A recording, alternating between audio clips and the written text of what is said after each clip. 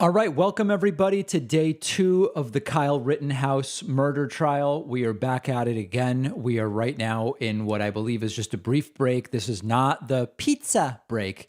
This is not the big lunch break. This is the one during which jurors are asked not to go to the bathroom in the courtroom. So let's see where to start. Looks like we've got to ban more people. It's been really, really bad. Particularly on YouTube. Twitch has actually been okay, to be perfectly frank. It's really been fine. But something about this trial is leading to just horrifying people in the chat. And it's not good. It's not fun. It's not fun. Okay, but moderators are going to be cleaning it up. We're running a clean stream here. The prosecution, so yesterday we had, let's get caught up. Yesterday we had jury selection. By the way, it's funny when people say we're losing viewers. It's like, we have more viewers than we've ever had. The show is bigger today than it ever has been. Yeah. Anybody know, by the way, what these closed captions are? Because there's no audio. Like there's nothing going on. It's just strange. I don't know where that's coming from. We're also monitoring the court TV feed as well, which is covering the trial live. See, look at these. Look at these closed captions. I have no idea what they are. Weird. Okay, so yesterday we had jury selection, and this morning the prosecution made its opening statements, and what we're standing by for right now is the opening statement from Kyle Rittenhouse's defense, which I think is going to be interesting. Nonetheless, we will see. I'm not going to prejudge anything. We will see. They will likely outline the story that they will tell, which, from what we know so far, is probably going to be a combination of the situation was created by police not doing their job, and as a result, Kyle Rittenhouse had to act in self-defense. That's the gist of what is going to be laid out, I believe. Super chats are starting to pour in. Patrick says, how much do you think Michelle Wu wins by? Yes, tonight we're covering the 2021 election results. There's Virginia gubernatorial, New Jersey gubernatorial, and a whole bunch of other elections, including Boston mayoral. I think in Boston, Michelle Wu, who is a follower of the David Pakman show. Wow. I believe Michelle Wu wins by a lot. That's my prediction. We'll see. No, in all seriousness, I don't know, but we will see. I want to say a huge thank you to Aran Sinan, who just signed up. Now, this is a blast from the past. Aran just signed up with the coupon code, Please No Riot. Please No Riot. This was a coupon code from, when was it? September 18th or October 8th? No, September 18th, when the Trumpists were supposedly rioting again, and we were like, please don't riot. Aran resurrecting that old coupon code today. Very much appreciate that. Although today's coupon code is elements of bathrooms. I also want to say thank you to Not Obsessed for being today's first Twitch Prime subscriber via twitch.tv/BezosBucks, which is a really, really big thing. People continuing to comment on the mustache. Yeah, at this point, I don't even want to get rid of it because I don't know. It's just, I'm just doing it. I'm doing it. I actually figured out last week I expressed concerns about, it's weird. What the heck? Why is the mouse cursor there? That's very strange. It's in a different window. Last week I expressed concern that I can't seem to shave without cutting myself, and I received a number of different recommendations. The changes I've made since last week include, before putting on the shaving gel/cream, using a pre-shave oil. I got one with lavender. Hello.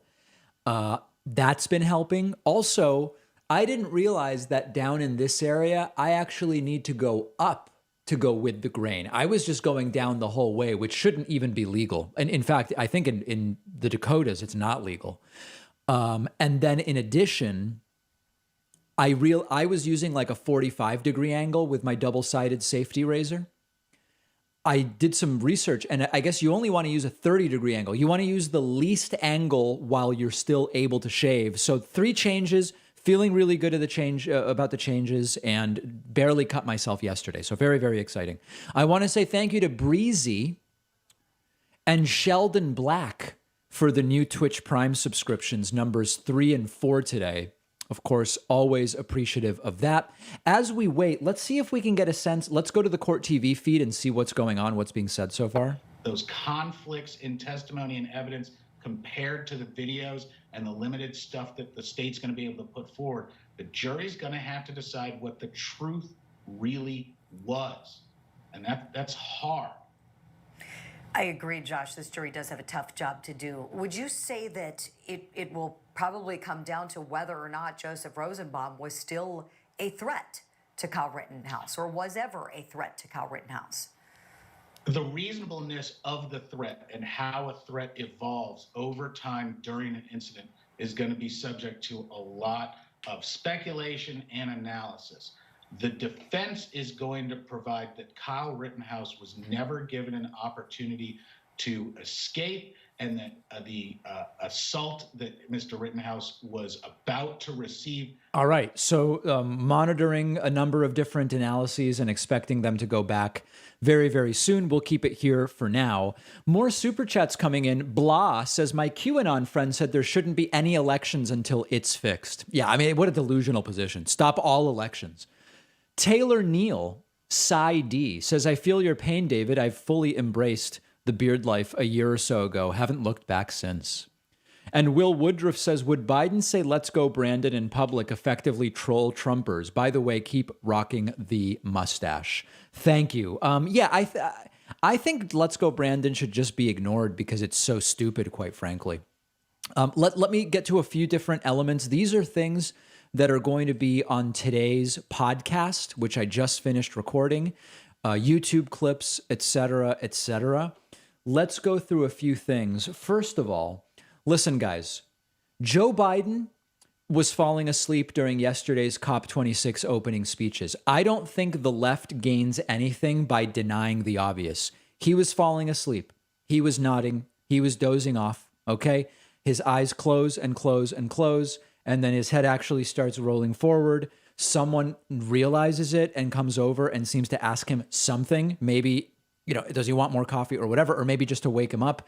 He was falling asleep. And I think we look stupid on the left when we deny what is taking place. These were boring speeches. It was like 3 or 4 a.m. body time for Joe Biden, given the time change. And he's nearly 80. He still has better positions on essentially every issue than Donald Trump, and I still prefer him over Donald Trump. Like, let's just call things as they are, instead of this,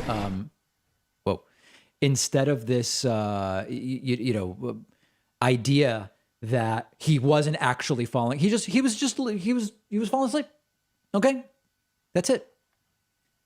So anyway, we look kind of dumb when we deny the obvious. All right, so there's Joe Biden, sort of sleepy. That'll be on today's show. This is really funny. These are Fox News's, hold on, how can I do this?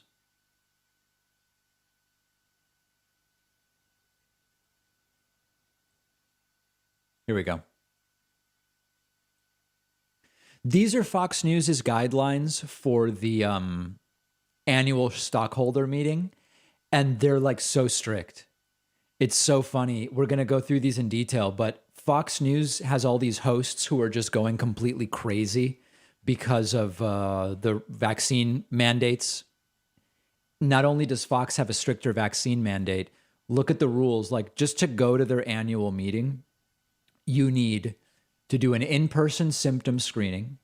You either need to provide proof of vaccination or get a 24-hour negative test rather than like to fly back to the US, you only need within 72 hours. To go to the Fox shareholder meeting, if you're not vaccinated, within 24 hours of the meeting, you need a negative test. And look at this, facial coverings.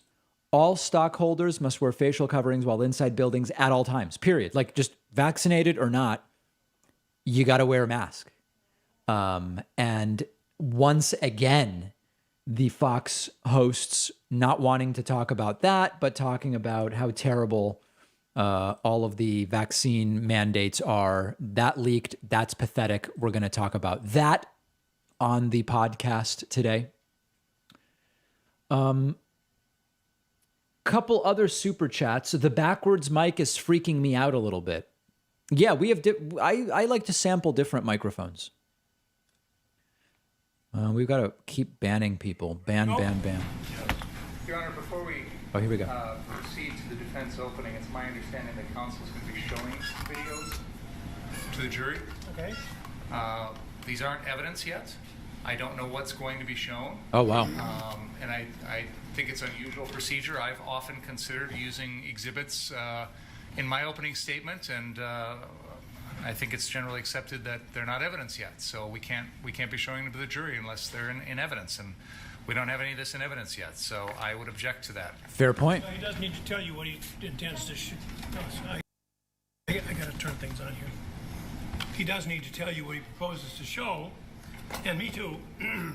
But the rule does not preclude their use during opening statement at all. What's up, Mr. Your Honor, the first slide is a jury instruction, part of self-defense. The second slide is a picture of Joseph Rosenbaum wearing the maroon shirt for identification purposes. Oh, boy. The third is a video at the Ultimate Gas of Mr. Rosenbaum having to be restrained. The fourth is a still photograph of Mr. Rosenbaum walking down the street. Okay, real quick. Fry Kyle is an Instaban. Moderators, we're keeping it clean on both sides. Anyone saying he's a hero, we're banning, all that shit. And then also people saying Fry Kyle, we're banning. We're doing both sides. I don't want any of this bullshit in my stream. I'm going to try to find a stream with higher audio. We've pumped up the audio as much as we can. The audio level on this is a problem. I'm going to look for other streams. Okay, everybody bear with me. Of Josh's Josh. Let's see the PBS. Mr. Rosenbaum is wearing This is a even blue lower. mask. Okay, so that's horrible. Starting a fire at the trailer. Fire. That's an interesting accent. And in that That's one, a Wisconsin thing. Fire. a blue mask. Number 7 is a picture from the Ultimate. Oh, and thank you, M. Frazzled, for the 5 subs gifted. Appreciate that. Commonly been referred to in this as Yellow Pants Man. Kelly and Joshua Zeminski showing Joshua Zeminski armed with the weapon that was the first weapon fired at car source number 3. Thanks, Jen. Number 8 is a picture for identification of Richie McGinnis. Number 8 is a picture of how Richie McGinnis was dressed that evening so he can be identified in the videos. Number 9 is Gage Grosskreutz and his backpack. That's an interesting name, Gage Grosskreutz. Into evidence. Number 10 is a still photograph of Gage Grosskreutz running down Sheridan Road towards my client, arming himself. You can see him pulling the gun out of his back waistband. Number 11 is a still photograph of Anthony Huber. So what's going on right now, if you're just joining us, the prosecution has sort of objected to the fact that the opening statement from the defense will be preceded by a video, the contents of which are not yet evidence. Is Anthony Huber holding Mr. Rosenbaum back at the confrontation at Ultimate? Number 14 is the photograph of Jump Kick Man, the non-complaining witness, kicking my client in the head. Jeez. 15 are 2 close-up photographs taken from that of the shoes of Jump Kick Man. 16 is a photograph of 11:40 p.m. For everybody saying use the Yahoo feed, this is the Yahoo feed. With Mr. Balch, and he's confronted by Yellow Pants Man and 3 other armed individuals that evening. And those photographs are blown up in 17, showing one individual with a noose, the other individual with rocks in each hand, and the other one a picture of the individual in the blue shirt armed. 18 is a video where Mr. Rittenhouse tried to return to the 59th Street car source and was stopped by law enforcement and the Bearcats. Number 19 is a still photograph taken from Mr. Rittenhouse at Ultimate as he's leaving with the fire extinguisher, his medical pack, and his gun heading towards car source 3.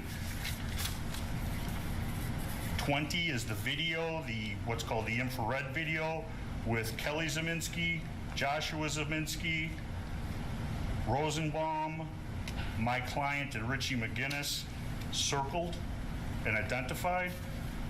11:48 is a still photograph of Mr. Zeminski's arm in the air firing the first weapon, the first shot. 22 is those individuals, that same photograph from the video, same video, a photo just a couple of seconds later. I'm shocked at the rate at which we're needing to ban people right now. It's I don't know that we've ever had anything like this, even on the day of the Trump riots. It's crazy what's happening right now. Is a video taken from, and I always forget this gentleman's name, Lucas Zanin, from 63rd Street, right west of Sheridan, which forms the south edge of car source, and that's what Kyle was running to. There's approximately 100 people there bashing all the car windows, in there with pipes, bats, things like that, jumping on the cars. And you hear the first shot, which is Zeminski's, and people kind of stop a little bit, and then you see Kyle. Okay, here's what I'm going to do on the volume, guys. I'm going to turn my volume down a bit, and you guys can just turn up your master volume. I'm going to just try to stay. I've got this pumped up 600% with volume master, so that's what we can do for today, okay? And on that video, you hear I just turned myself somebody down. who's been identified as Kelly Zeminski yelling, "Get him, kill him," things like that. He just shot him. 25 is Gage Grosswitz's video where he runs up to Kyle. It's about 7 seconds. Runs up to him as he's running down Sheridan. At that point, Mr. Grosswitz is unarmed. He asks Kyle what he did. Kyle Isn't it pronounced Grosskreutz? Why is he saying Grossquids? had to. Photograph 26 is for BG on the screen.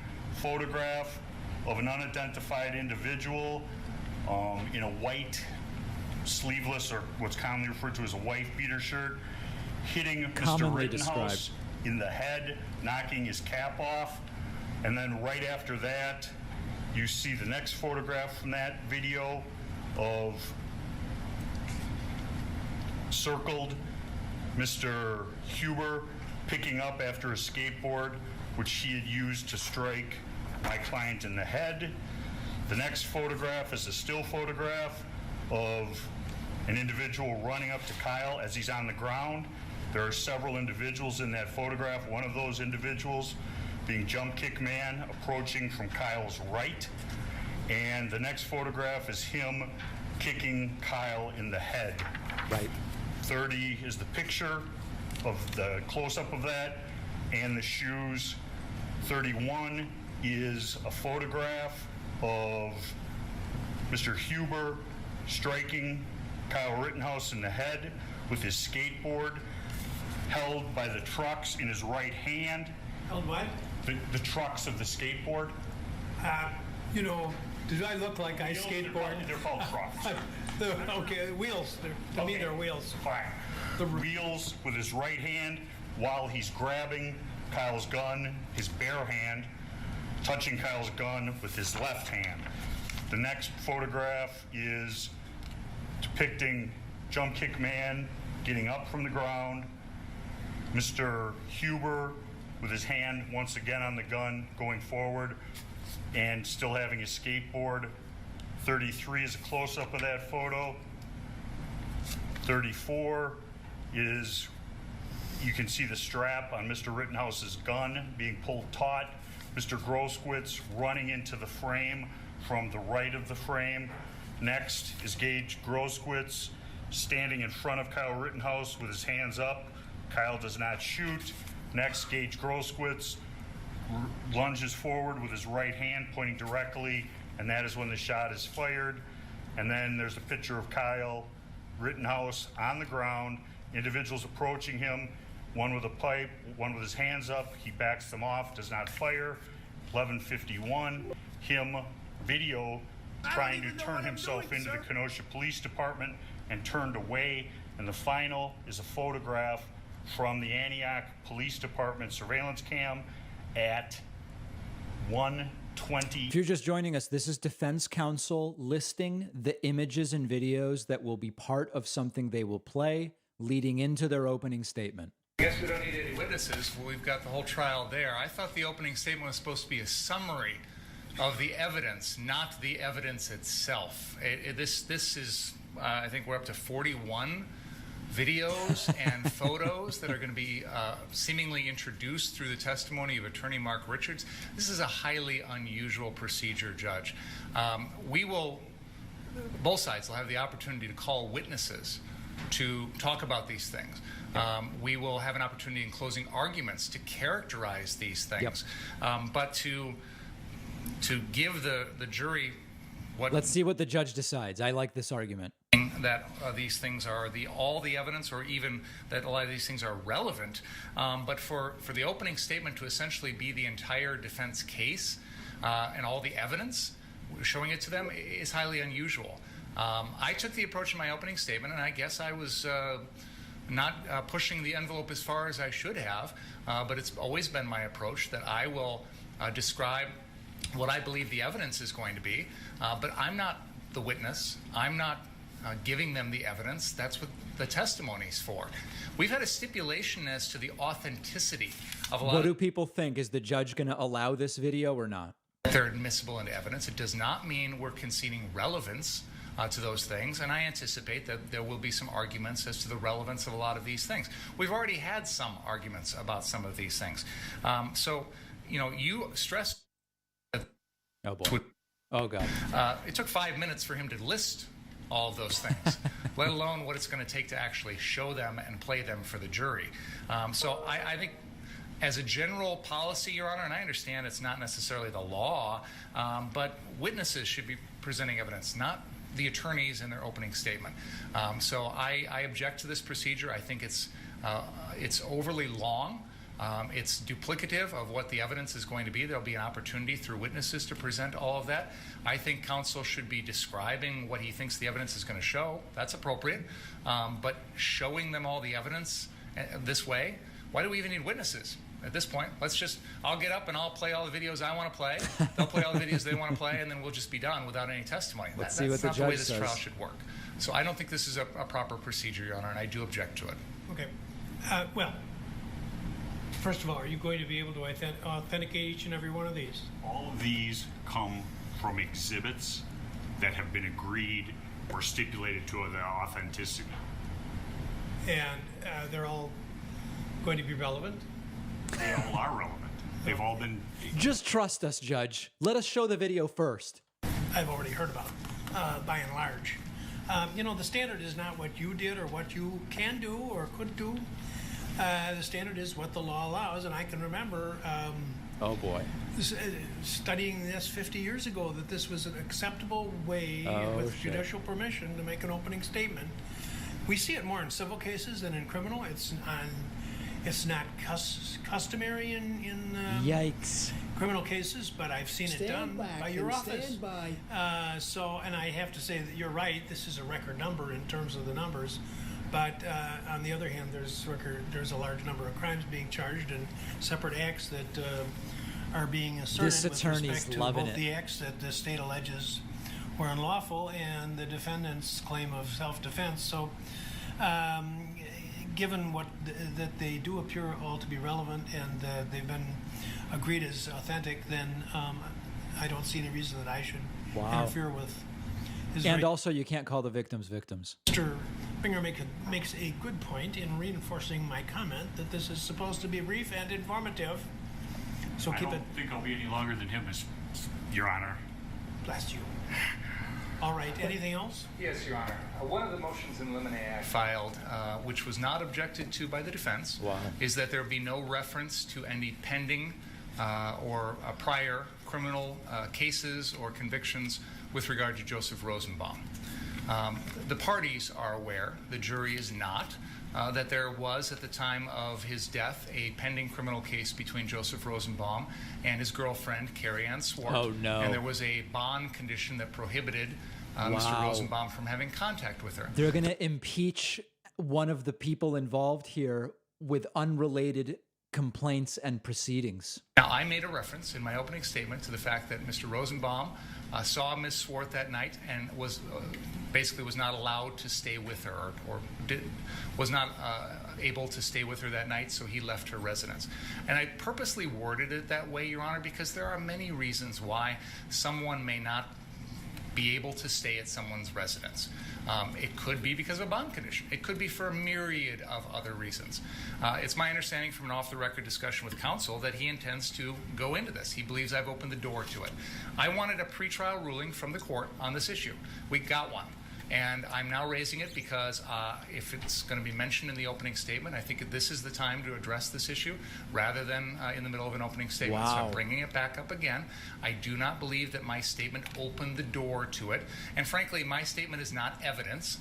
So I don't know that it can really open the door anyway. But by and large, I was very careful in the way I worded that.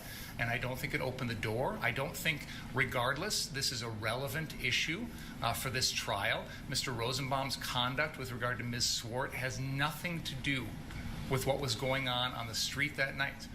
So it is completely irrelevant, and I would ask that the court reaffirm its prior ruling on my motion to eliminate. Your Honor, he can't have it both ways. He can't go and say he was at the house and he couldn't stay there and not.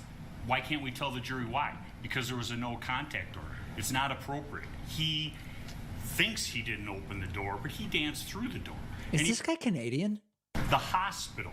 Got out of the hospital. He was in a mental hospital. That's a joke. I know, guys. On the witness stand, and we're not going to get to ask that? I mean, that's insane. I was very careful about the word hospital, Your Honor. I believe it was actually St. Luke's in Racine, which is a medical facility. It is not a mental institution. This wasn't Mendota or Winnebago or something along those lines. And frankly, I'm not even 100% certain why he chose to check himself in.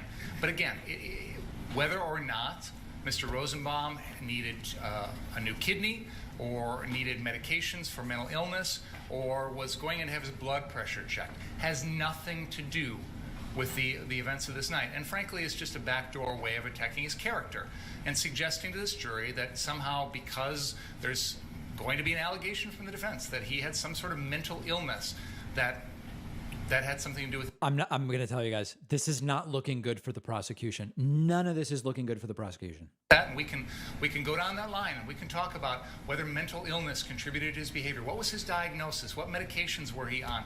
We could open that door and go all the way through it, but that's a mini trial on an irrelevant issue. And if it's going to come in, there's a way to get it in through an other acts motion, which was never filed by the defense. And I certainly have not opened the door when I talk about the word hospital. This could be COVID treatment. It could be a kidney transfer. It could be anything. It does not open the door. And again, I was very careful in the way I worded that, Your Honor. You know, if I start talking about his medications or I start talking about, seeing a psychiatrist or something like that, that's different. Hospital is a very nebulous term that could mean a myriad of things. Help me out here. I thought when I read the pre-trial motions, and I know there were a series of them on which there was agreement, so I probably may not have the best recall of those because I didn't have to put too much thought into it. But I thought that the references or the statements which were attributed to Mr. Hey guys, I think I fixed the audio issue. There was some kind of weird compressor on it. I think I just fixed it. You're telling me that there was also discussion about hospital? No? Or there's going no on? video or statements or audio of Mr. Rosenbaum talking about the hospital. The only relevance it has, Your Honor. All right, I think we're good now. So Sure. there's I think we is fixed there it. testimonial, are we going to hear testimony that he made statements that he had just gotten out of jail that day? Sir, There was gonna be he's better statements than to I that am. effect. Okay. My And in underst- fact, your statement on your opening statement was, and I will tell you this. I'm going to ask you to try to reconstruct from you, or if necessary, I'll have the reporter read it. But I don't recall the exact statement. I do know that I thought at the time, I'm surprised he's going into this because it may trigger a response. So what exactly did you tell the jury? What I said, Your Honor, is that that Mr. Rosenbaum had gotten out of the hospital that day Right. and was carrying around a plastic bag, Right. which is the kind of bag that hospitals give you to carry around your personal belongings. The only relevance that it has to this case Well, I is don't know. that's I the just bag.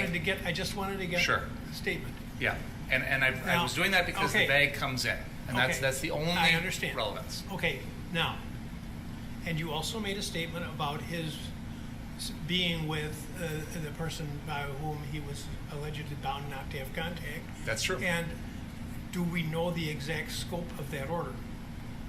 I believe it was a straight, typical, Don't no tell me contract. typical. No.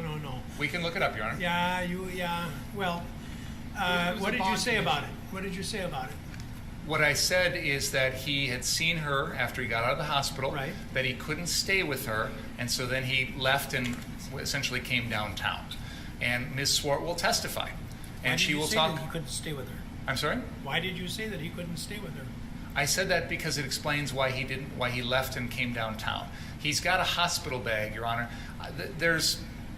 It's a little unusual, I think, for someone to be released from a hospital, have a bag of their personal belongings, go to their girlfriend's place, and then continue to walk around with it.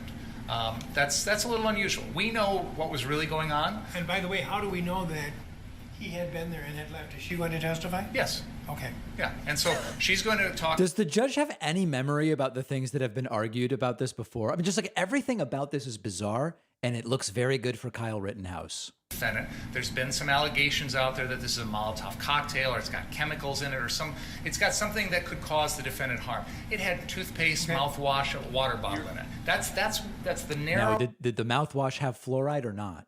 Why the I'm not hospital. concerned. The relevance is not something I want to talk about now. I want to talk about what you said and why he thinks it is worthy of response. He's misrepresenting the facts of the case to the jury by saying hospital when it was a mental hospital. Mr. Binger knows full well Why isn't that a hospital? he had gotten out for a suicide attempt. So? And It's a hospital.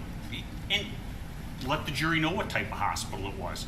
Why he was acting the way he was. He was not acting appropriately. That's part of the defense. And then he goes and says, can't stay there. Why can't he stay there? Because there's a court order that says he can't. He wasn't supposed to go there in the first part. Oh my God. And if he was on trial for violating his bond, then we'd have that trial. But he hasn't been tried or convicted of that because he's deceased. But, Your Honor, and by the way, we have the bond condition here. It's no contact, including the residence, electronic or third party, with Carrie Ann Swart and the Park Ridge Inn, which she stays there, and they had been staying there together until that criminal case started. So, if we want to charge Mr. Rosenbaum with violating his bond, what good would it do? He's deceased. But yes, that is true. But again, it doesn't make him a criminal on this evening. It doesn't make his behavior. That's the point. Help explain any of that stuff. I don't think, as far as your opening statement, you need to respond to his statement about the hospital. I'll have to separately decide at a later point as to whether he had been hospitalized and for what. I don't know if that's admissible or not. I suspect that it is not. Right. But I'll keep an open mind. As far as his not being there or not supposed to be there, again, I'm not sure that I want to hear about that in your opening statement. Seems like the right decision. But again, I'll hear you later as to why you think that It violates HIPAA, giraffe, and badger.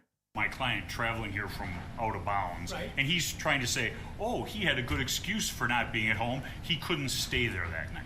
Well, the jury should know why he couldn't stay there. Well, I don't know. If he can't stay there, he can't stay there. She could have kicked him out because she didn't like his having a hospital bag. I don't know. Yep. I'm not sure it's necessarily relevant. He was where he, like the defendant, was not supposed to be, allegedly, and we'll let it play out. But Yep. don't talk about those two things in your opening statement. Anything else? Do not talk about it. he Okay. says.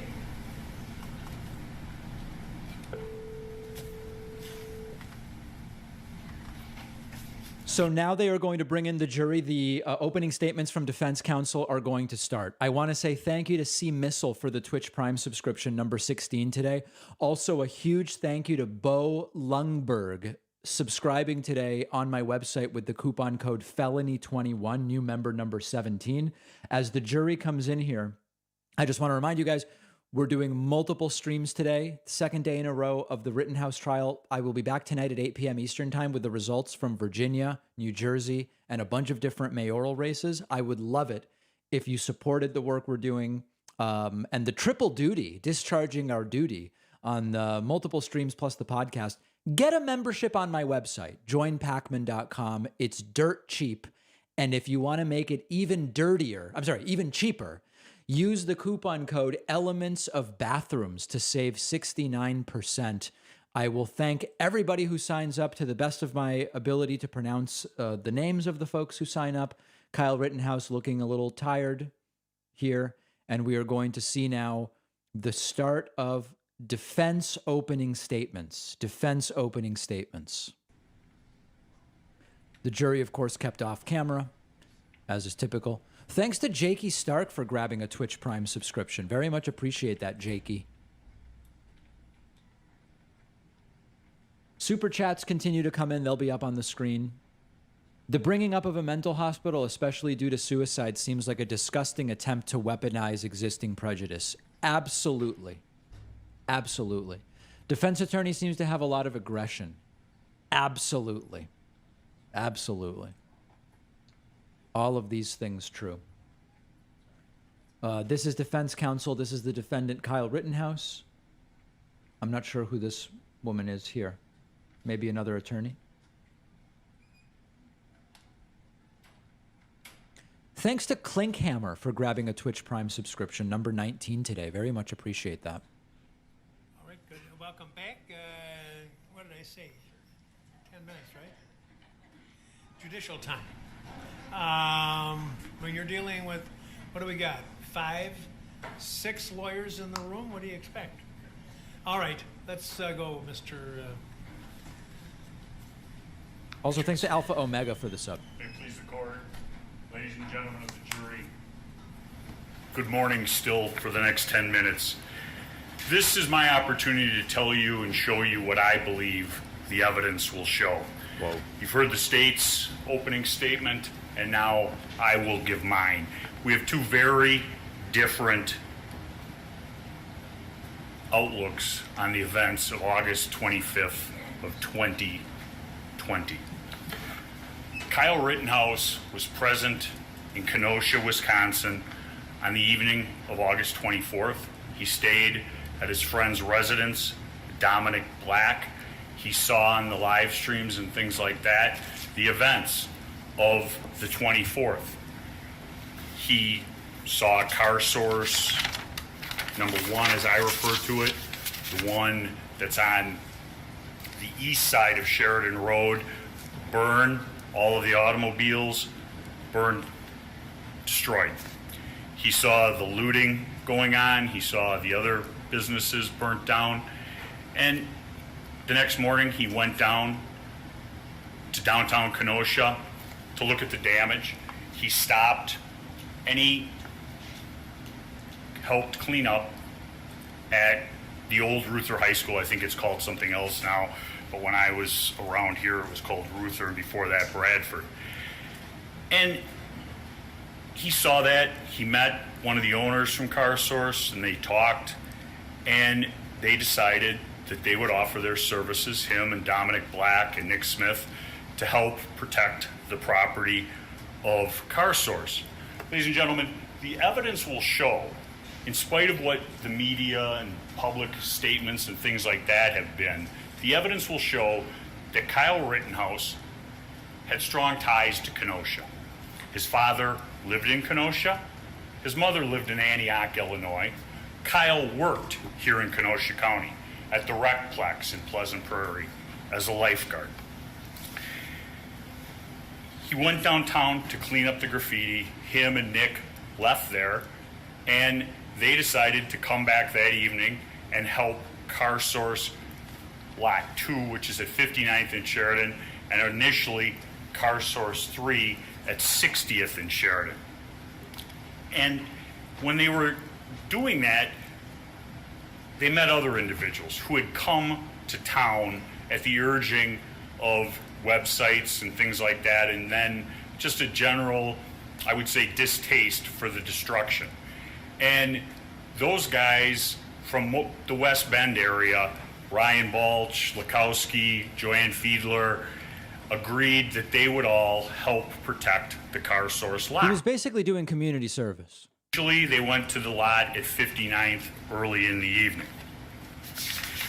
And what will end up being, you will see the events of that night unfold in video and still photographs. But ultimately, what this case will come down to, it isn't a whodunit, when did it happen, or anything like that. It is, was Kyle Rittenhouse's actions privileged under the law of self-defense? That is, that the defendant believed that there was an actual or imminent unlawful interference with his person. The defendant believed that the amount of force which he used or threatened to use was necessary to prevent or terminate the interference, and that his belief was reasonable. You as jurors will end up looking at it from the standpoint of a 17-year-old under the circumstances as they existed on August 25th of 2020. And Mr. Binger makes a big thing out of Kyle Rittenhouse was the only person who shot somebody that evening. True. Mr. Rittenhouse was the only person who was chased by Joseph Rosenbaum that evening. But was he the only person chased would be a better question. And what's important in this photograph is, one, it will allow you to identify him throughout the course of trial. Notice the belt, the baggy, lengthy jeans, and there will be a fair amount of testimony, I'm sure, regarding the maroon shirt. He's obviously currently wearing it. Mr. Rosenbaum was at a location, and Mr. Rosenbaum had, along with other individuals, started a dumpster on fire.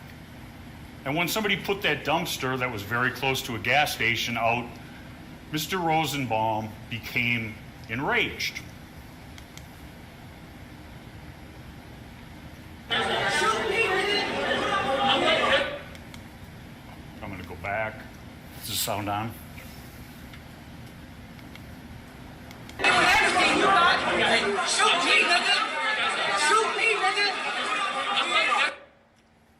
That's just a brief snippet of that interaction. And he was... It looks like Colin Kaepernick is on the screen here of the prosecutor. Is that Kaepernick right there? Can anybody tell? Which you'll see in the course of trial. Oh, I guess not. Holding him back, trying to stop him from getting at an individual who is dressed with a baseball cap, an AR rifle, and long pants. Excuse me, short pants. Short who pants. Looks very much like Kyle Rittenhouse. Here's Mr. Rosenbaum during the evening. Him and his friend or associate, Joshua Zeminski, had just come from starting a trailer on fire. He arms himself with a chain and goes up and down Sheridan Road, carrying this rather heavy chain used to tie down equipment. Next is a still photograph taken from the Ultimate gas station where he was shouting, "Shoot me, nigger, shoot me, nigger," at a Black Lives rally. Black Lives. Who is that behind him? Joshua Zeminski. The evidence will show that Mr. Zeminski, also named as Alec Blaine, and Mr. Rosenbaum are together throughout the evening. And Joshua Zeminski plays a central role in this scenario on August 25th. One, creating chaos and havoc with Mr. Rosenbaum. And two, more importantly, when we finally I like that pronunciation of havoc. Havoc. Zeminski is the individual who fires the first shot that evening, behind Kyle Rittenhouse as he's being chased by Mr. Rosenbaum. Here's a picture with two circles. Mr. Rosenbaum and Mr. Zeminski starting the trailer on fire on Sheridan Road along with a dumpster. You see the photograph, the Judge on his second phone. one circled. Testimony will show that that is in fact Mr. Rosenbaum wearing a blue mask Texting very strongly, the judge. and carrying a bag, which I'm sure there will be much testimony about. Other individuals in this, once again, Mr. Zeminski. In the photograph taken at the Ultimate, this is a still from one of the videos you'll get to see, is Mr. Zeminski armed with the weapon that he ultimately fires at the Car Source 3. Judge is trying to remember whether he normally gets 2 or 3 spice level from the Indian place he's ordering from right now. On her hand with a big, heavy flashlight. As you can see, there was no need that evening for a flashlight other than it being a weapon. Count 2 is an individual by the name of Richard McGinnis. He was a reporter covering the riots in Kenosha. He had covered the riots in Portland, Minneapolis, and he will tell you, when he's called to the witness stand by either the state or myself, that he was dressed like this that night. The black t-shirt with the white back, the helmet on his head, and he had interviewed Kyle Rittenhouse and talked to him, and Mr. Balch and Rittenhouse were going to go out and see if anybody needed medical attention that evening, and Richie McGinnis was going to follow along. He will testify that he goes out with them, and eventually they have an interaction with the individual who we refer to as Yellow Pants Man. This is Gage Grosskreutz, the individual who is the victim, or excuse me, the complaining witness in count 5. I apologize. And Did you guys see that? Even the defense counsel is calling him a victim, even though they didn't want that. the evening filming. Even defense counsel's like, this was the victim. 10, excuse me, the next photograph, is the evidence will show Gage Grosskreutz running down Sheridan Road, and you see his hand going into the back of his waistband, pulling out a firearm to arm himself. The evidence will show, through testimony of an individual by the name of Nathan DeBrune, that yellow... Could it be argued that that opens the door to referring to the deceased as victims? Down Sheridan Road. Mr. Grosskreutz is not in any danger. Kyle Rittenhouse has already told him that he's going to turn himself into the police, yet he arms and continues with the mob to attack. This is a picture of Anthony Huber, the individual who attacks my client as he's laying on the ground after being kicked in the head by Jump Kick Man with his skateboard. He's hit him with the skateboard as he was running down Sheridan Road, and then as he's laying prone on the ground, he comes in for another hit on his head, and then grabs Kyle Rittenhouse's firearm to try and take it away from him. The next photograph is a picture to look at the whole skateboard, the size of that skateboard, the trucks of that skateboard. Ladies and gentlemen, I would love to be able to hold up that skateboard in front of you as evidence today, because then you could see it. You could see the weight and the heft of what a skateboard is. And what that skateboard would do is somebody takes it in their hand and swings down on somebody's shoulder, head, and neck, trying to separate the head from the body, as Mr. Huber did. But Your Honor, I'm going to object to the argument here, Your Honor. This is straying beyond a characterization of the evidence, and it's Mr. Richards' interpretation as an argument. you'll see the photographs, you'll see the videos, and said ultimately overruled, right? you'll get to make the decision of what Anthony Huber was trying to do. The skateboard doesn't exist because Ms. Giddings, his girlfriend, in spite of repeated requests by Detective Howard, refused to produce it. That's what the evidence will show.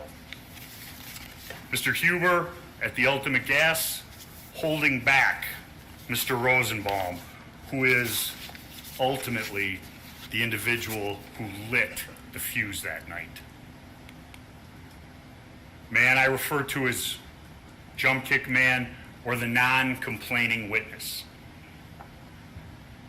Kyle is laying on the ground after being knocked to the ground by an individual hitting him in the head with a rock, Anthony Huber hitting him with the skateboard, and jump kick man comes in, kicks him square in the face with his black boot. Close-ups of that. And as he's kicking him in the face, Kyle fires 2 shots at that individual. He's not hit. He gets up and he runs away into the night, never to be seen again, never coming forward to identify himself as a victim, complaining witness or otherwise to law enforcement. We looked for him, the evidence will show. The state looked for him, the evidence will show. Those are the big players in this case. But ultimately, what you'll end up having to decide, looking at all the circumstances of that evening, are the events that occurred over really a brief 15-minute period, but more importantly, 3 minutes. The police... Guys, for everybody thinking that we're able to see you're not missing anything. It's one line. There's nothing. We're just not able to see what they're referring to. I know the top of it is on this screen here, but everybody relax. Going in a southerly direction down Sheridan Road. There's no statement that if you go in that direction, you can't come back if you have business in that direction. What? Kyle, an individual by the name of Ryan Balch, followed by Richard McGinnis, go down there, Sheridan Road. And at 11:40, they have a conversation yelling medic. And you'll see the videotape of this event. Kyle's got his medical bag, his gun, and he comes upon these 3 individuals. And the individual in the yellow pants accuses Kyle Rittenhouse of pointing a laser sight from a gun at him. Kyle shrugs it off, does not want confrontation with these individuals, does not point his firearm at them, and he leaves. Why does he leave? Because he doesn't want trouble. These are the 3 individuals who are with Yellow Pants. One individual is carrying a noose. I don't know what that's for. The other individual, the testimony will be from Kyle Rittenhouse and Richie McGinnis, had rocks in his hands. And then the blue-shirted individual was carrying a 9mm firearm. Richard McGinnis will tell you about the marauding nature of these individuals. He was so intimidated by them after Kyle walked away that he had to give up 2 White Claws to him to settle him down and some cigarettes so that he would be able to leave them. Kyle, from there, realizes he's been separated from Mr. Balch. He goes over to the Ultimate Gas Station looking for Mr. Balch and is unable to find him. What happens next is he attempts to get back to Car Source at 59th and Sheridan Road. Kyle on the right coming into the frame. Video from Ruptly.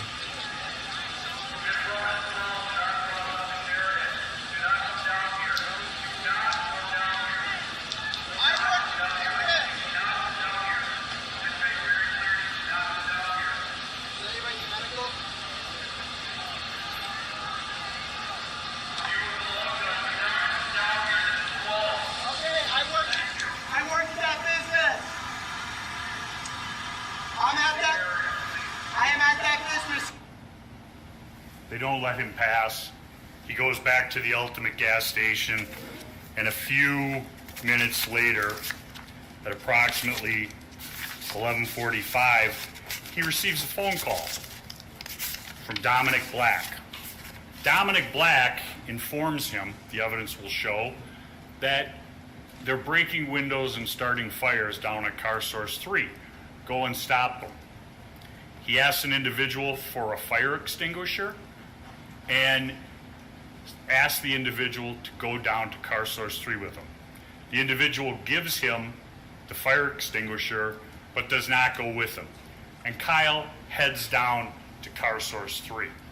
He doesn't know that Mr. Rosenbaum is down there. He's been asked to go down there by Nick Smith. He heads down Sheridan from 60th, walking to Sheridan and 63rd, where the Car Source is.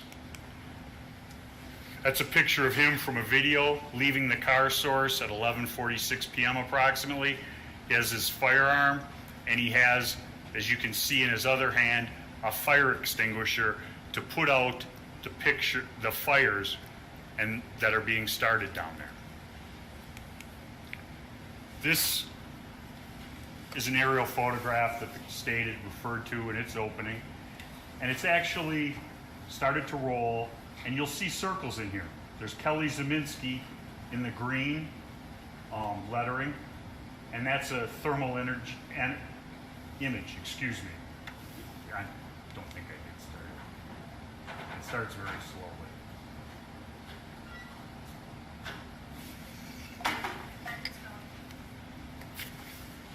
You can And guys, see, again, the super chats are not blocking the video. It's 1 pixel. There's nothing you would see additional. There's a guy's head blocking it. Everybody relax. They're deliberately not showing it to us. We just see that little top inch there of that screen. hiding in the cars, beginning to chase my client. Oh, Court TV is showing it. Let's see. Excuse me. Beautiful. I Here we go. think I get started. It starts very slowly.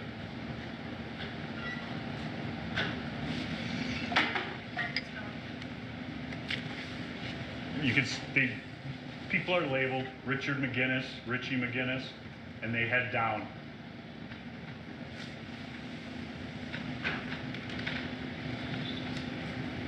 You see Mr. Rosenbaum come around from hiding in the cars, beginning to chase my client. You'll see the flash of the firearm from Mr. Zabinski, and you'll see the flashes of his first shots. I am not responsible for cutting this video. I don't know how it got the way it did chopped up. That's the FBI up in the plane that took this video. But it's very telling because you'll see this 100 times. I'm not gonna go through it again for you in opening, but you'll see it that the individuals are heading down Sheridan Road, and you'll see this Mr. McGinnis is now over here, go and hide right in this location. You'll see Kyle come into this area and pause where Mr. and Mrs. Zeminski are, and you'll see in this car is a fire that started. You'll see how it's bright. And they go, Kyle runs in this direction, trying to get away from Mr. Rosenbaum. Ladies and gentlemen, Kyle Rittenhouse is under no obligation whatsoever to retreat from Mr. Rosenbaum. He does. He runs away from him because he doesn't want a confrontation.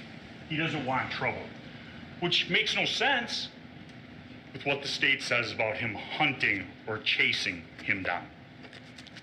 he's trying to get away from the individual. Here we go. You'll hear testimony, not just from Kyle Rittenhouse, but Balch, Mr. Balch, about Joseph Rosenbaum stating to Kyle and to Ryan Balch in each other's presence, if I get either of you two alone, I'm going to... He doesn't want trouble, but he went from a neighboring state as a 17-year-old to, quote, defend businesses. When Mr. Rosenbaum is shot in the car source lot 3, there's been a gunshot behind Kyle. He turns to address Mr. Rosenbaum with his firearm. Mr. Rosenbaum is not deterred. He continues to run. And you'll see that on numerous videos, closing the distance. Mr. Rosenbaum could have stopped at any time. Mr. Rosenbaum is wearing that maroon shirt on his face as a mask, covering up his identity, because he wants to steal my client's firearm and use it against him to carry out the threat he had made earlier. That isn't just the word of Kyle Rittenhouse made up after the fact. You'll hear the testimony of Richie McGinnis, who was close that evening. He was following behind them. You'll see him on the video. He'll testify to you in court. He did not feel endangered. He was doing his job. He will testify that Joseph Rosenbaum let out, as he put it, one of the scariest screams I ever heard. Oh, boy. So the audio just went out. Let's, I guess for now, go back here. Examiner. He breaks every frame down. He knows how much each frame takes. He counts the frames, and he comes up with that time.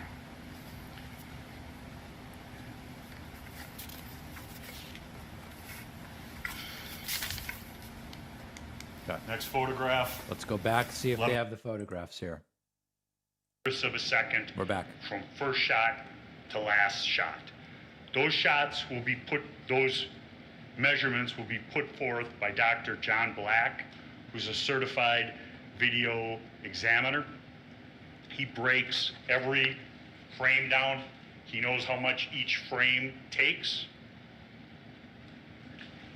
He counts the frames, and he comes up with that time.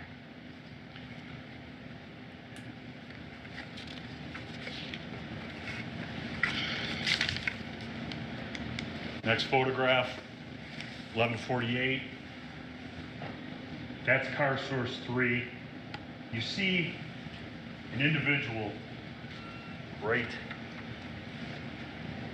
here with his hand in the air. The evidence will show that's Mr. Zeminski. This is Mr. Rosenbaum in full stride running after Kyle Rittenhouse. This is a still from a video. And you'll see a lot of videos leading up to this. You'll see a video, I believe it's from Corey Elijah, where he's confronted by Mr. Rosenbaum. And he doesn't want a confrontation. And he goes, you'll hear it on the video. The video is not showing that confrontation, but you hear Kyle's voice. And he goes, friendly, friendly, friendly.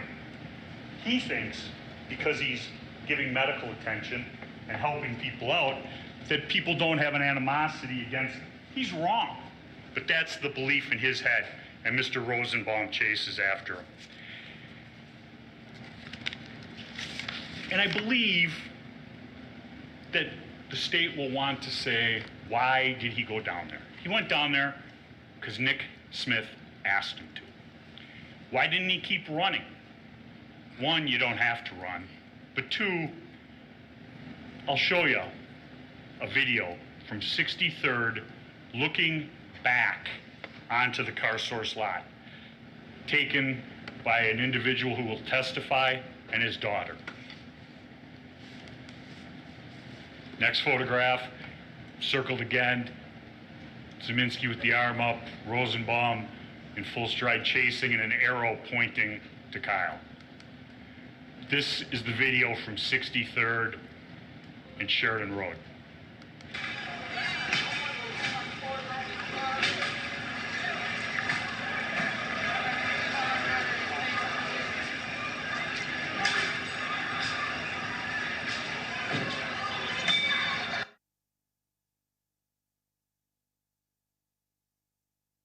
I don't know why the audio goes out on the court TV feed every once in a while. Oh my God, I am. You'll see that whole video during the trial. The individuals were at Car Source, the rioters, destroying all of those vehicles. And as Kyle was running from Mr. Rosenbaum, he did not want to run into those rioters who were destroying all of that property that did not belong to them. You hear the first gunshot, the evidence will show Mr. Zeminski. You hear 4 shots in quick succession, the evidence will show that is Kyle firing at Mr. Rosenbaum as he's trying to take Kyle's weapon from him to use against him. You hear 3 more shots in quick succession. I don't think the government will have any dispute. I don't think the evidence will dispute. Those 3 shots are from another person who's in the Car Source lot firing for some reason. He was never identified, never arrested. This will show Kyle running back to the scene of the shooting. And it will show, I think the evidence will show, why Kyle Rittenhouse didn't stay and render aid for Mr. Rosenbaum. Not that he's under any obligation to do that, but sometimes discretion is the better part of valor.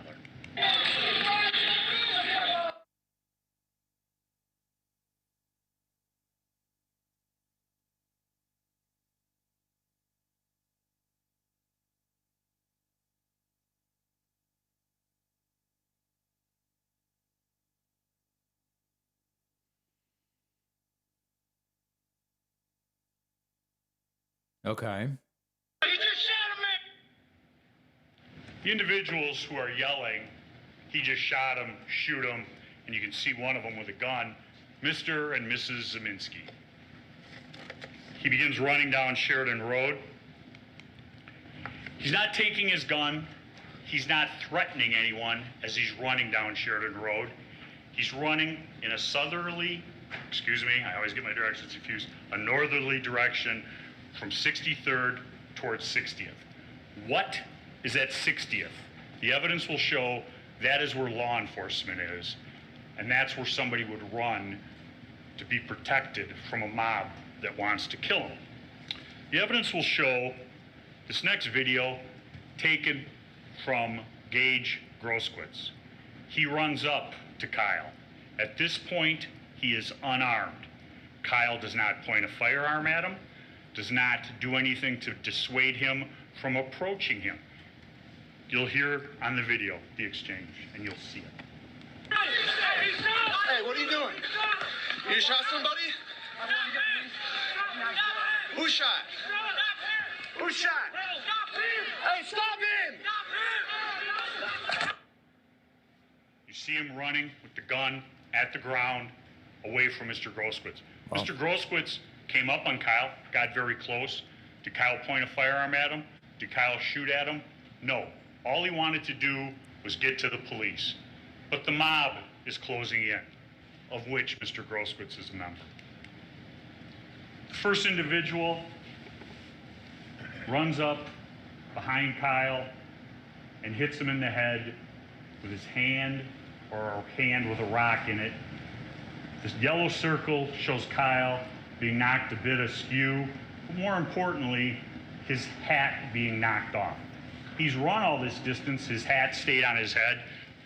The government doesn't want anyone to think that he's being attacked or hit.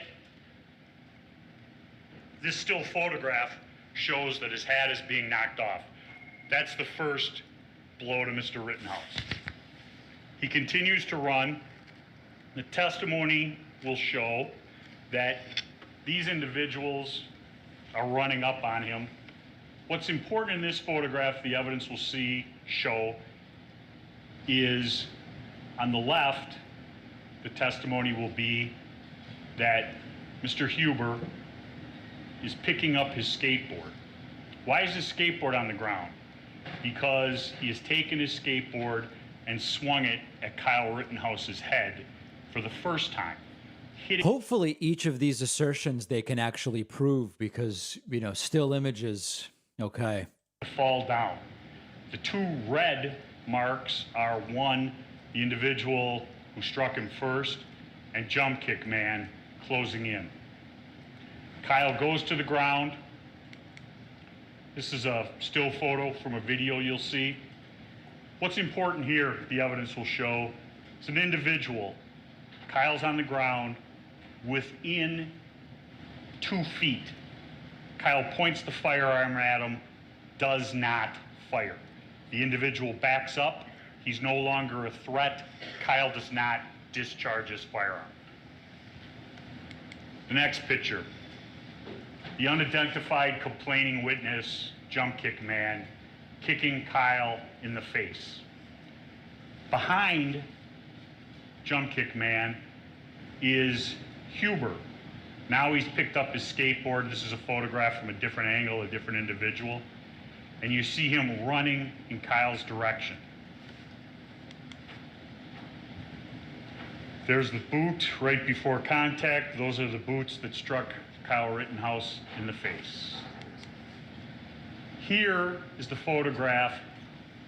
Mr. Huber's bare hand on the skateboard, holding the trucks, bringing it into contact with the back of Kyle Rittenhouse's head. Jump Kick Man still has not even gotten completely on the ground. And where is Mr. Huber's hand? And it's important here, ladies and gentlemen, it's a bare hand grabbing his gun. The state will produce evidence, I believe, that there's no DNA on the gun. He must not have touched it. Ladies and gentlemen, there's video photographic evidence of him touching the gun. Next, the bare hand pulling the gun towards him. Jump Kick Man getting up to run away. You can see a close-up, the bare hand on the gun. Kyle Rittenhouse flat on his back in the most vulnerable position one can be in. There, the strap is pulled tight. Mr. Huber's trying to pull the gun away from Kyle Rittenhouse as he's laying flat on his back. Kyle's afraid he's going to be disarmed and shot with his own weapon, the evidence will show. He fires one shot, striking Mr. Huber. In this photograph, just entering from the right, the evidence will show is Gage Grosskreutz. One hand, a phone, one hand, a firearm.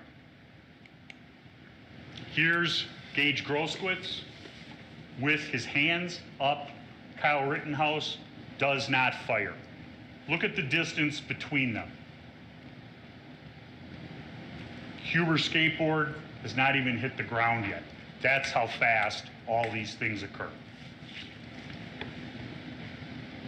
Mr. Grosskreutz does not stay in that position or back up. He moves in on Kyle, getting closer, pointing the gun almost directly at his head. As the state said, he's like this, but look at where the gun is going. The gun is in the circle. It hasn't got directly to pointing at Kyle's head, but it's going there. Kyle fires once, hitting him. Another individual approaches after Gage Grosskreutz has been shot, puts his hands up. Kyle Rittenhouse does nothing. In that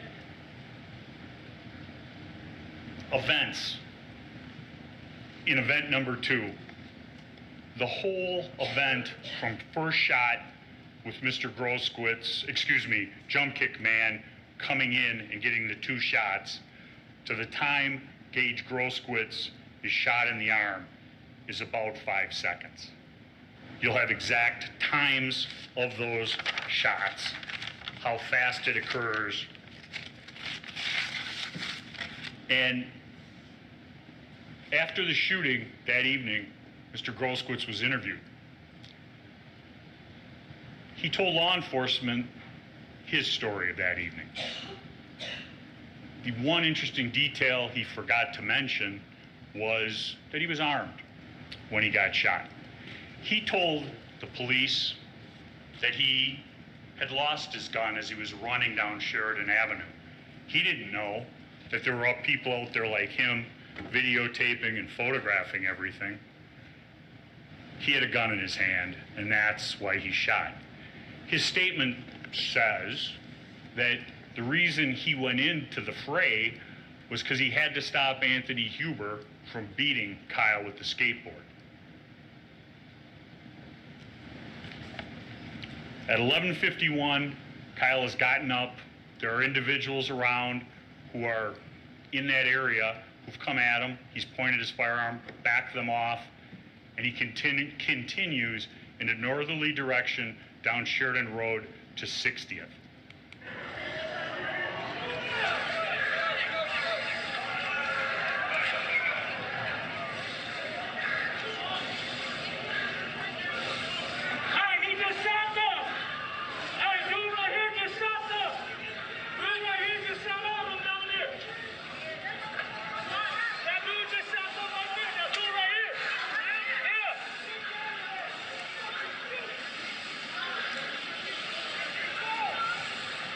Imagine finding out this is what your kid was up to. Can you imagine?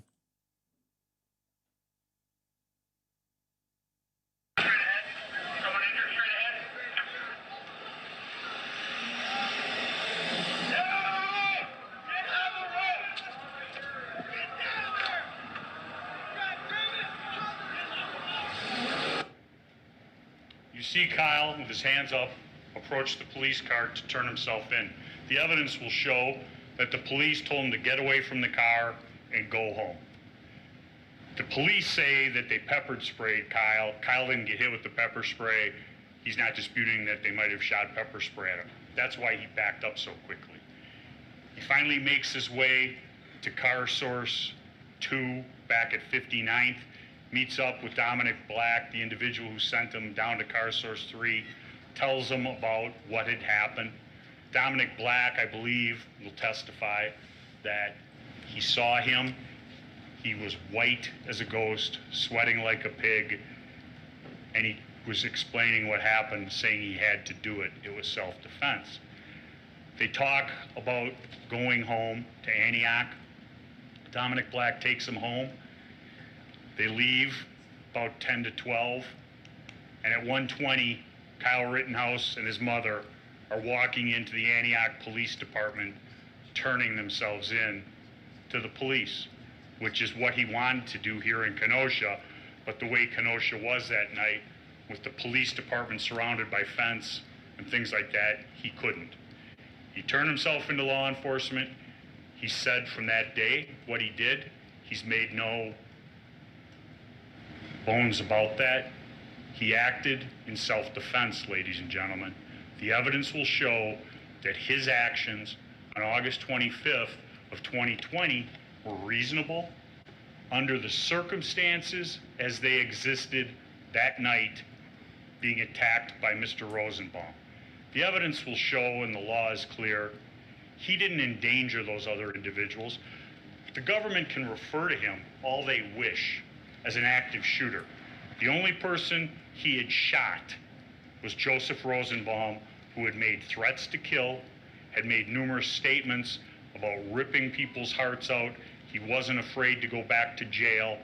And Nathan DeBroom will testify to some of the actions of Mr. Rosenbaum that night.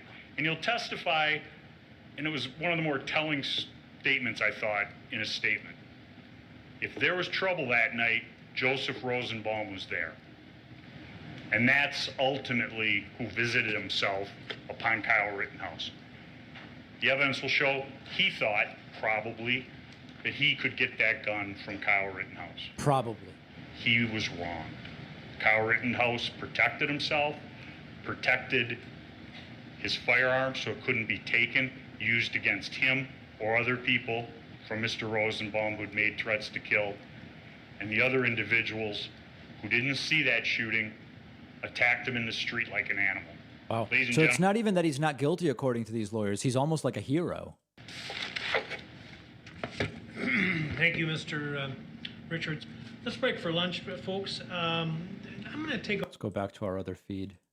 We have this blower up here, which on occasion I used to, and it's gotten progressively worse over the years in terms of its enormity and intensity, but it controls the entire building. So I can't shut it. I can't ask them to shut it down because it has control over the water, the air throughout the entire building, and it's tied into what they did to the ceiling here in 1965 or so. All right. And with that, please don't talk about the case during the break. And is it unrealistic to set a tentative start time of about 1:15? But if you folks want more, that's okay. Just let me know if you want more time, and then we'll use this as a trial for the future. If you decide you wanted to go less time too, we could do that. But right now we'll aim for 1:15. And any questions? Okay. Thank you very much. So the jury will now exit. They're going into lunch break. Unclear if they have pizza, sandwiches, quiche, or something else today. Opening statements we've heard from the prosecution, and now we've heard opening statements from the defense team. We're going to talk about all of it. They're going to be back momentarily for more. I can't thank enough, as we wait for them to move here, the folks who have been supporting the stream today. I really, really, really want to thank people who just got memberships on my website. Matt Allen just signed up on my website. Mike Leone is a new member. Paul Herbig and Andrea Sullivan, thanks to both of you. RJ Quick, as well as Alexandria Bain, have just signed up. That's 6 people, putting us at 28 for the day. We've been streaming every day of the trial so far. Okay, it looks like they've cut audio for the time being. I would really, really appreciate it if you signed up on my website, joinpacman.com. We do have a coupon code available. That code is Elements of Bathrooms. We really are primarily supported by the work by the memberships that you get on my website. Really appreciate everybody signing up. Today's a great day to do it. I'm going to be back tonight to remind everybody. Second stream tonight. It is Election Day 2021, and there's a bunch of different elections tonight, which I will be covering. We will have live results, Virginia gubernatorial, and others. And we will even, I think what I'm going to do is I would love to open phone lines tonight. Wherever we end up today, we're at 28. If we say, let's say we get to 50, I'll start at 50 tonight just to make it even more likely that we get to 100 and open phone lines.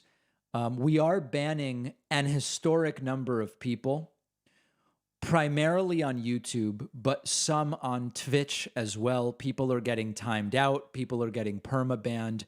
It's actually crazy what's going on. Let me see if anybody believes they should be unbanned.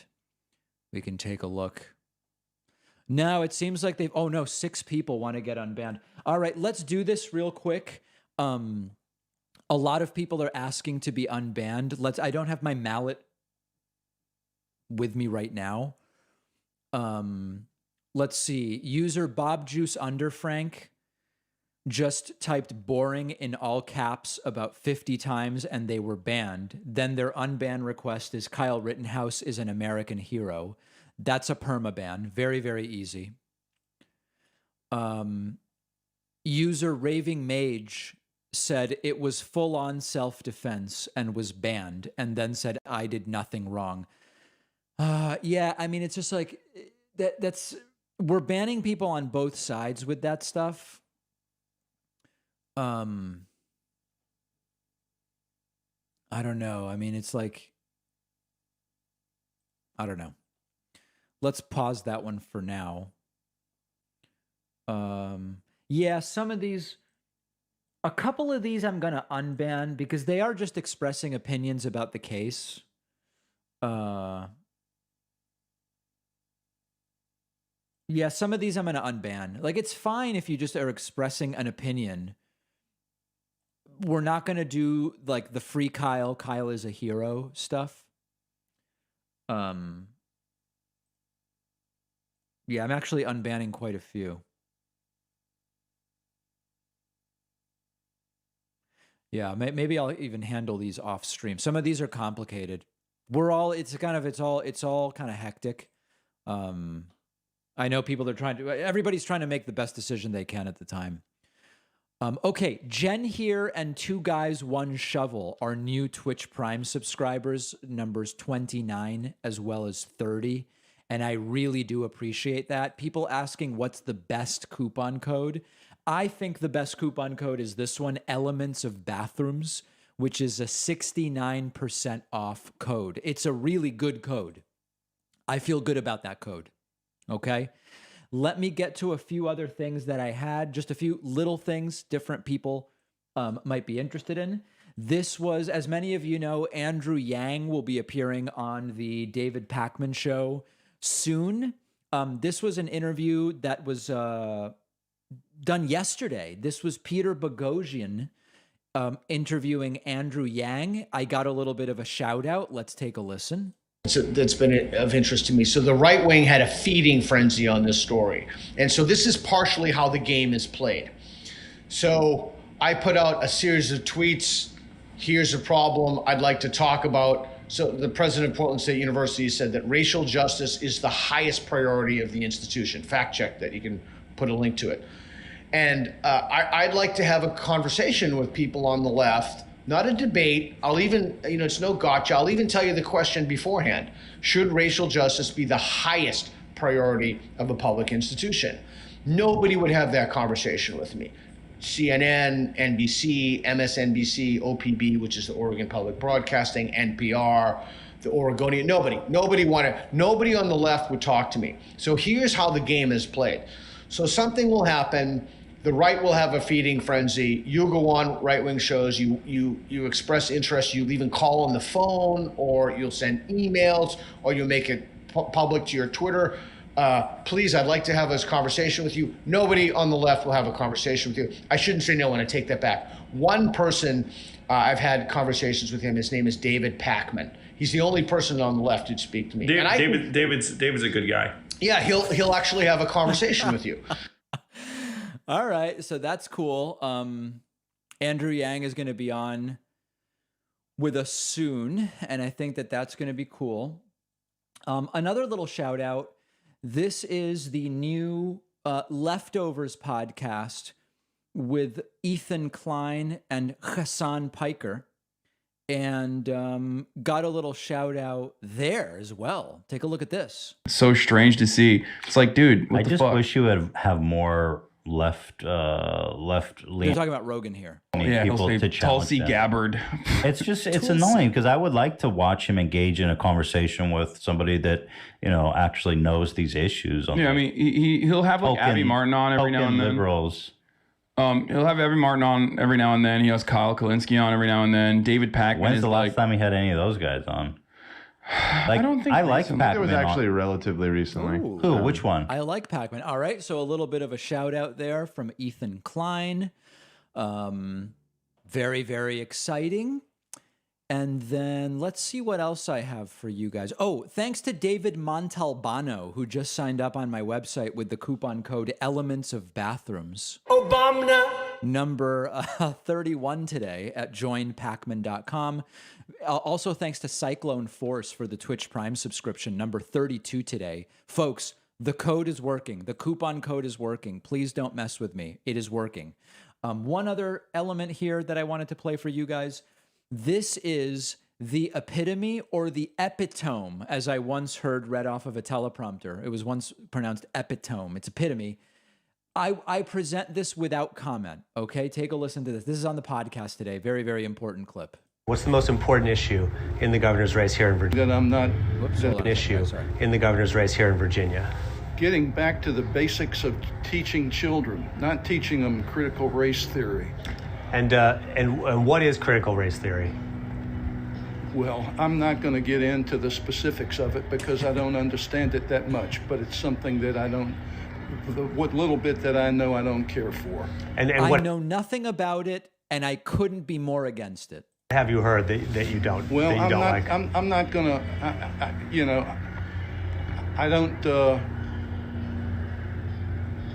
I don't have that much knowledge on it, but it's something that I don't care for. Guys, I've never tried sea urchin in my life, but everything I know about it, I don't like, and I'm not caring for it right now. I've never read anything by Jean Le Carré, but I think it's terrible. I really do. It's terrible. At least he's honest about his ignorance. Exactly. Let me see if there's any other interesting clips. The Good Liars do really, really great stuff. So there's this one. Let's see what this one is. These guys do really good stuff. When do you think Trump is going to be back in office? As soon as possible. Are you guys pro-life, pro-choice? Well, it's a woman's body. It should be her choice. Okay. I have nothing to do with it. I mean, who am I to tell a person to do something? If they think it's a mistake, I mean, personally, I wouldn't do it, or she wouldn't do it. But It's about individual freedom. Exactly. Which is really, that is a very, Republican woke way of looking at things, That's to why quote, we're all out here. Yeah, exactly. All right, well, thank you so much. Take Really, care, really bud. appreciate it. So you're seeing that. That's an interesting viewpoint we're seeing here, which is a little at odds with some of the other bullshit we've seen. All right, that's kind of interesting. Let's see this one. Gone away, like American values are out the window. All respect. You know what it's called? There's no respect. And what does the shirt mean again? This means fuck Joe Biden. Okay, And cool. you Is know this your what? son? It is. Oh, cool. It is. How old is he? He's 14. 14, all right. It's like ever since... Yeah. Wow. That's something else right there. Irony is dead. It really is. Thanks to Ryan Jones, who just signed up on my website using the coupon code Elements of Bathrooms. Let me see if I have that one. I actually don't know that I have that on my panel today. We're looking very strongly at sinks and showers. And what happened, if you watched the election, I was called by the biggest people saying, congratulations, political people. Congratulations, sir, you just won the election. It was 10 o'clock, and you looked at the numbers, and I'm sure you felt that way. This election was over, and then they did dumps. They call them dumps, big, massive dumps. Yeah. In Michigan, in Pennsylvania, Okay. and all over. If you take a Right. Exactly. Okay, good. So we've gotten that out of the way, and we can all be really, really, really thankful for that. Okay, we have just a few minutes left here until they resume. I will acquiesce. I will do a few voicemails for you guys. We did get a very, very significant number of voicemails overnight, including about yesterday's coverage of this whole thing, but I've got some older ones as well. Let's just see what we've got, okay? Let's see what we've got here. Hey there, my name is Jason of Salt Lake, and All right, the audio quality is too horrible on that.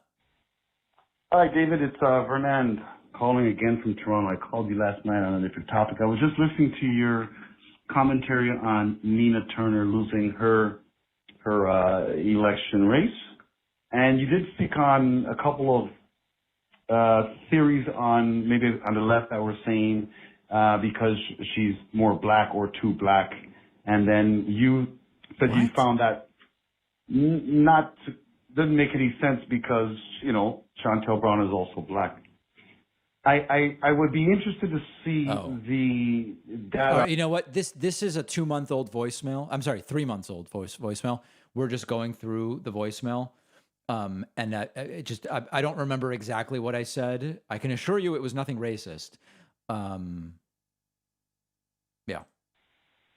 David, I love your show. I'm a 67-year-old white female.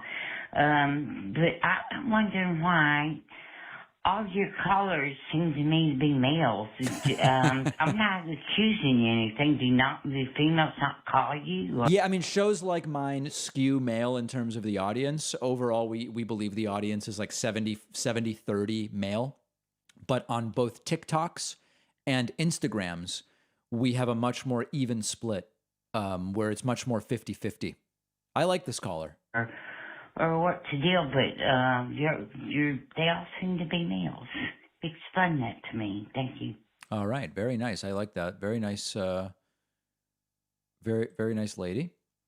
Let's see what else we got.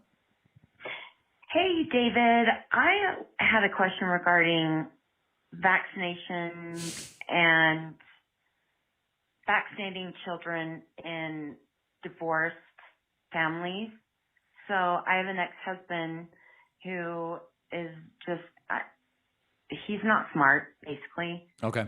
and he does not want our son to be vaccinated. He's 12, does not want our son to be vaccinated because he insists he'll become sterile, which I know is absolutely stupid. Become sterile, I think she said. And as a pharmacy technician, I also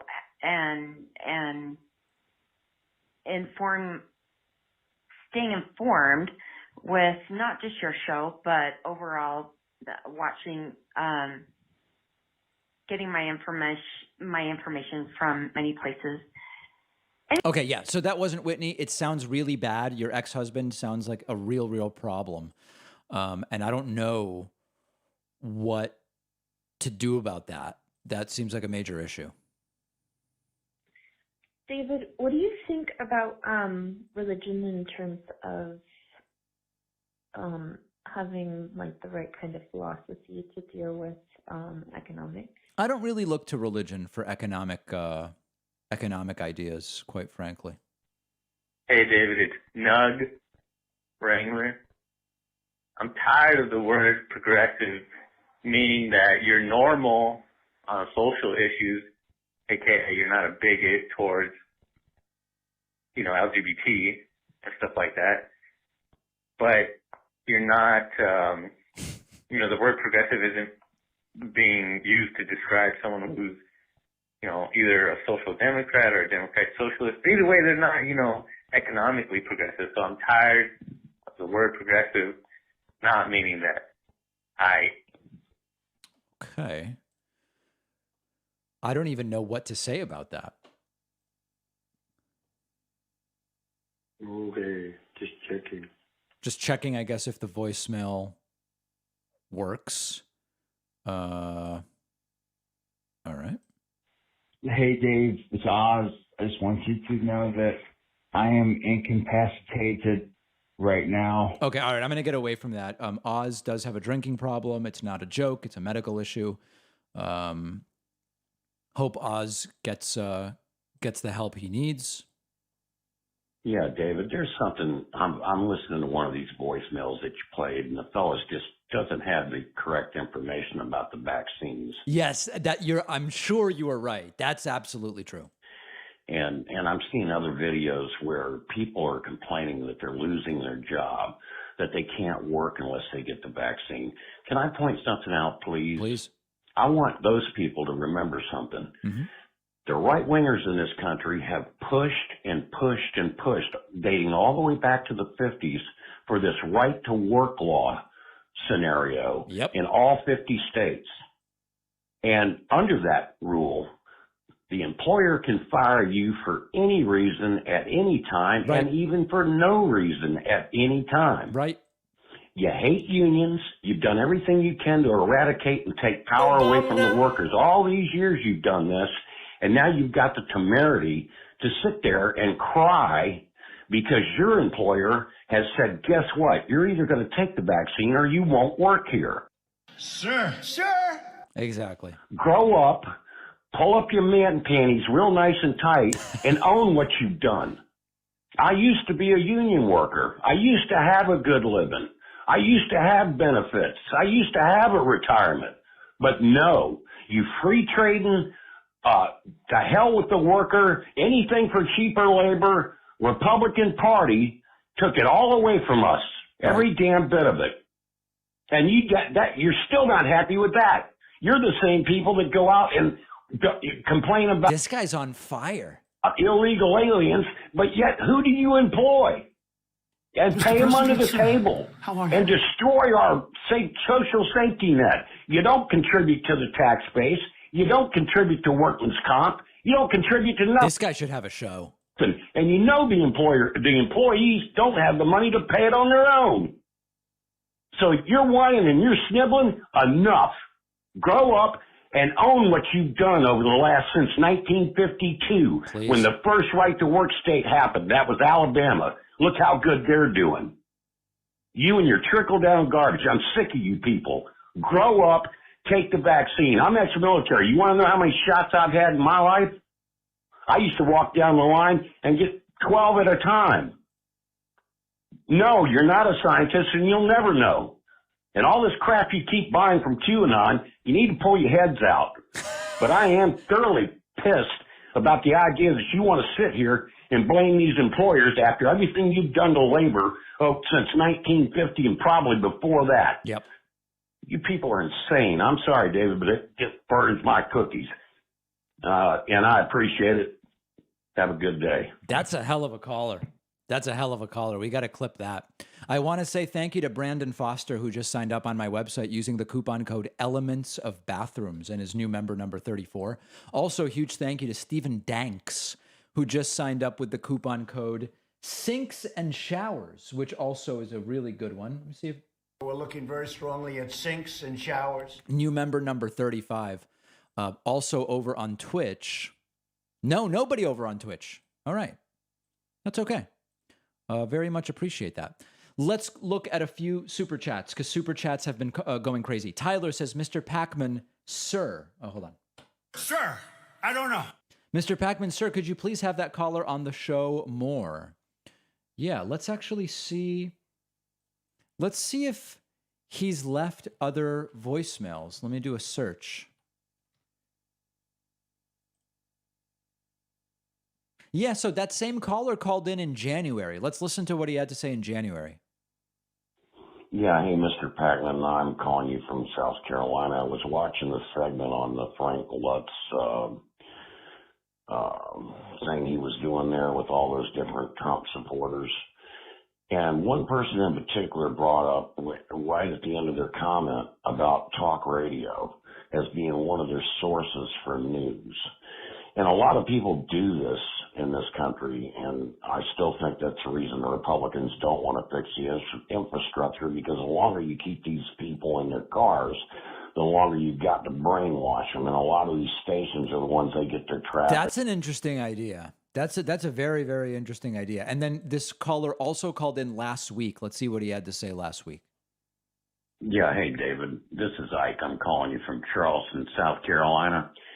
I just got a vent somewhere, and I figured I'd put this out there to you. Maybe you could discuss it a little bit.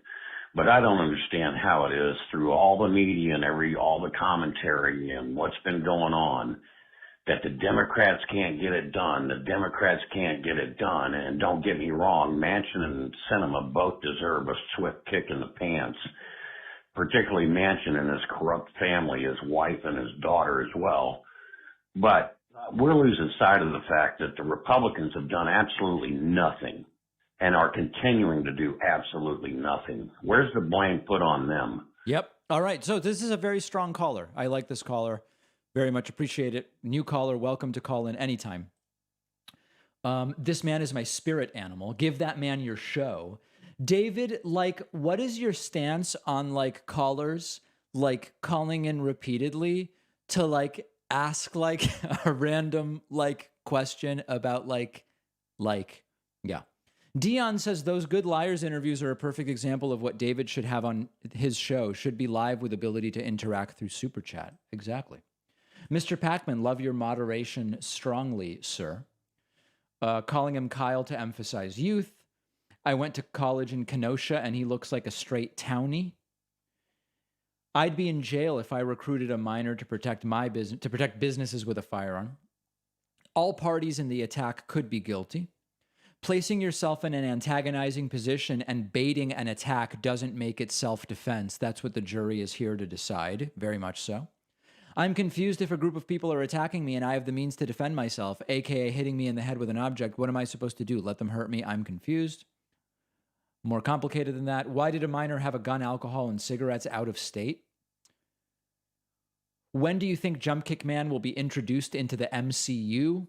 David, did I miss why we can't see the evidence? Oh, okay. This is a lot of earlier stuff. Jason says $5 for David, another $5 to get that man some fresh cookies. Yeah, burnt cookies are no good.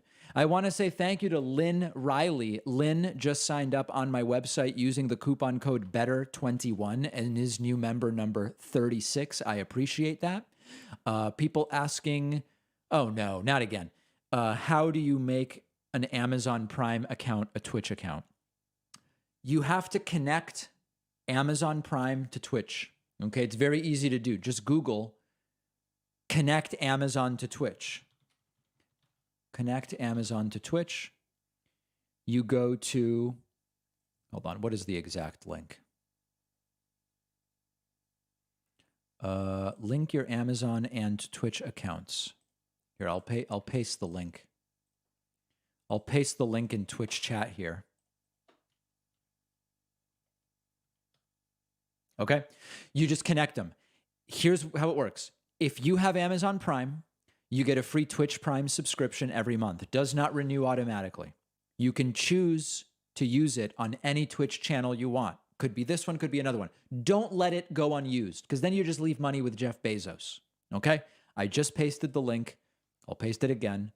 I'll even paste it over on YouTube in case anybody on YouTube has Amazon Prime. It's possible that somebody does. Okay. Thank you very much. All right, let's do a few more voicemails. See what we got here. Hi, David. Hey, man, I was... Can't do it. Nope, audio quality is too low. Hey, David. I live in central Massachusetts, Worcester County. And I noticed right after Massachusetts lifted the mask mandate for vaccinated individuals, nobody was wearing a mask anywhere. I went into a Home Depot, Walmart. You couldn't see anybody wearing a mask in any location. And I found it kind of weird. It made me look around and say, wait a minute. Is everybody here vaccinated? And I think the reality is, the situation is, people just didn't want to wear masks.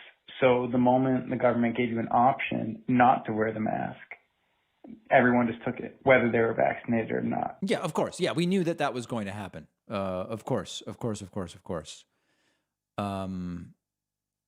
Let's see, listen to a couple other voicemails. Let's see what we got here. Yo, what's going on, Pac-Man? It's Mike from Larchmont, New York. Listen, first time caller. Man, that Mike Lindell interview, that was crazy. I really wish he took the $25,000 bet. I would have loved to see what would happen and whether he would have taken it. But unfortunately, he didn't. Great content, great show. Thanks again. Keep it up.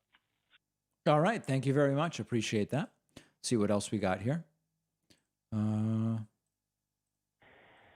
Hey, David, I just wanted to say congrats on your success. I don't know how much you feel like you're being successful, but I just realized when I was watching your private videos that I'm a member of, you have like 1.4 thousand people that watched it. And I remember the days where it was like 400 people and you had so many members. So I just want to say congrats, and I hope it goes too big for you to handle. Bye. Thank you. I appreciate that. Yeah, it's tough. I'm always thinking of the next thing, to be honest. So I was just talking to some people about this. It's hard for me to really celebrate any success because I'm just kind of thinking of the next thing, but it's an important thing to do. I want to say thank you to Factor V Mutated, Arpine, Eyes of the Bluest Skies, and Whoopsies, all for grabbing Twitch Prime subscriptions numbers 37, 38, 39, and 40. Also, thanks to Mitchell Lansky for signing up on my website using the coupon code Elements of Bathrooms. You are new member number 41, which I appreciate quite a bit. Few other super chats. Christian says it's worth noting you need to be on a desktop version of Twitch to use Amazon Prime. You can't apply it with the mobile app. I didn't know that. Thank you, Christian. Thank you. Don't burn Ike's cookies. Good on you for allowing straight up and down opinions. It plays into the false right narratives that Dems are out to end free speech. Yes, millions believe that. Huge fan. Yeah, I don't have a problem with people expressing an opinion. I mean, listen, hell, I think Kyle Rittenhouse is going to sail to a not guilty verdict on the homicide. Other people are saying you can use Prime on mobile. Okay, I don't know the answer to that. Thank you. So listen, if you're expressing your opinion that you think Kyle Rittenhouse was acting in self-defense by the letter of the law, or just that you think that's the way the trial is going to go, that's not a problem. We're not going to ban people for that. It's not a threat. We just don't want nuisances in the chat. Okay. Thanks to Saden77 and 49er Fred for the Twitch Prime subscriptions, numbers 42 and 43. Oh, you know what? Okay. I'm being told that they're actually not even going to resume in 20 minutes, that it's going to be more like 40. So since we've got a second stream coming tonight, we've had the opening statement from the prosecution, the opening statement from the defense. I've got an entire other stream tonight, and I've got to plan tomorrow's show between now and then. So I think I'm going to cut this stream now. We'll keep this at 43 and pick it up there tonight, okay? I'll be back at 8 Eastern. We're going to have Virginia election results, New Jersey election results, a bunch of mayoral races, and a bunch of other electoral elements tonight, okay? So thank you all for joining me here for this stream. Second stream tonight. The trial will be back in about 40 minutes for those who want to continue watching. I'll see everybody in a few hours. Thank you.